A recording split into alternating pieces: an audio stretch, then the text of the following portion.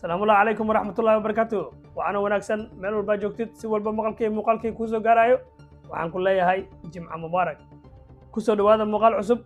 Muuqaalka maanta wuxuu ku saabsan yahay saadaalin kulamada la ciyaari doono maalinta Berita iyo maalinta Axadda.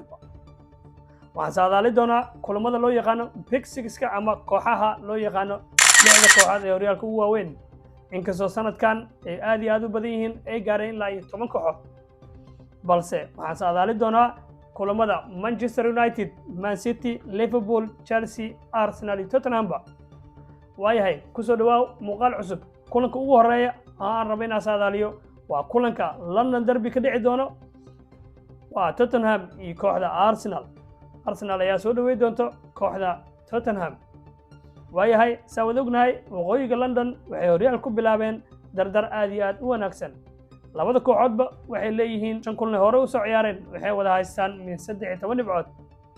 kooxda Tottenham iyo kooxda Arsenal ba horyaalka waxay ku bilaabeen si aad iyo aad u wanaagsan. waayahay kulankaas haddaan saadaaliyo wuxuu ku dhammaan doonaa ku sheega hadhow laakiin waxay leedahay mataqaanaa siciro la tahay.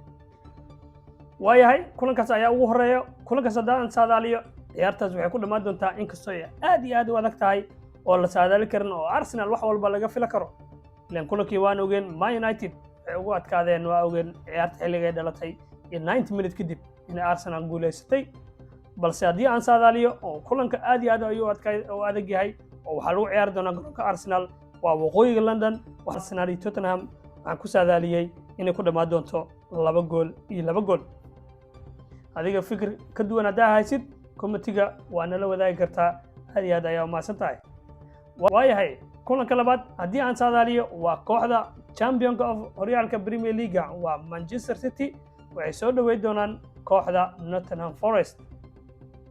Man City waxay ku jiraan form aad iyo aad u wanaagsan. 6 kulan ee horyaalka balas Champions League markii lagu daraba dhammaantood way adkaadeen.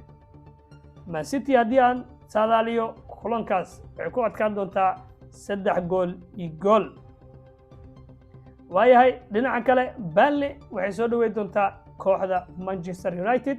haddii aan saadaaliyo Man United labadii kulan ee ugu dambeeyay kulankii Bayern Munich ee Champions League iyo kulankii ka horeeyay ee Arsenal labada kulanba way guul dareysteen oo waa laga adkaaday. kulankan waxaan ku saadaaliyey Man United inay ku badin doonto 2 gool iyo waxba. waayahay kulanka xiga ee Liverpool iyo kooxda West Ham. Liverpool saan ognahay kulan cajaa'ib ah ayay badiyeen kulankii Wolves. ka Liverpool maalmahan ayaguna waxay ku socdaan dardar aad iyo aad u wanaagsan. inkastoo kooxda West Hamna ay aad iyo aad u daran tahay oo la dhigeysan karin balse kulankaas wuxuu ku dhammaan doonaa 3-2 ee ku adkaan doonto kooxda Liverpool. waayahay kulan kale ee kooxda Chelsea waxay soo dhaweey doontaa kooxda Aston Villa. Chelsea oo aan ognahay maalmaha inay la dhibaatoonayso inay gool dhaliyaan kulamadii horyaalka ama Champions League ama Europa League ay ka nasteen isbuucan oo wax kulan ayna ciyaareen 6 maalin ay training soo sameynayeen. waxaa la rajeynayaa inay isbedel sameyn doonaan ee markaan ugu yaraan ay gool dhali doonaan. waxaan ku saadaaliyey kulankaas kooxda Aston Villa 1 gool iyo kooxda Chelsea oo 1 gool ah. weli Chelsea barajadii meeshaas ayay ka sii wada doontaa oo waayo waxaaba dhib nagu ah inaan gool dhalino. waayahay asxaabta intaas ayuu ku dhan yahay saadaalintii maantay kulamada horyaalka la ciyaari doono maalinta Berita iyo maalinta Axadda. haddii aad haysid fikirkaas fikir ka duwan way la wadaagi kartaa oo commentigaada waa noo muhiim. haddii page-ka follow ku ahayna follow soo dheh oo laagtaadana waa noo muhiim. gaarsii asxaabtaada oo sii share garee si u gaaro saaxiibo aad iyo aad u wanaagsan sida adigoo kale.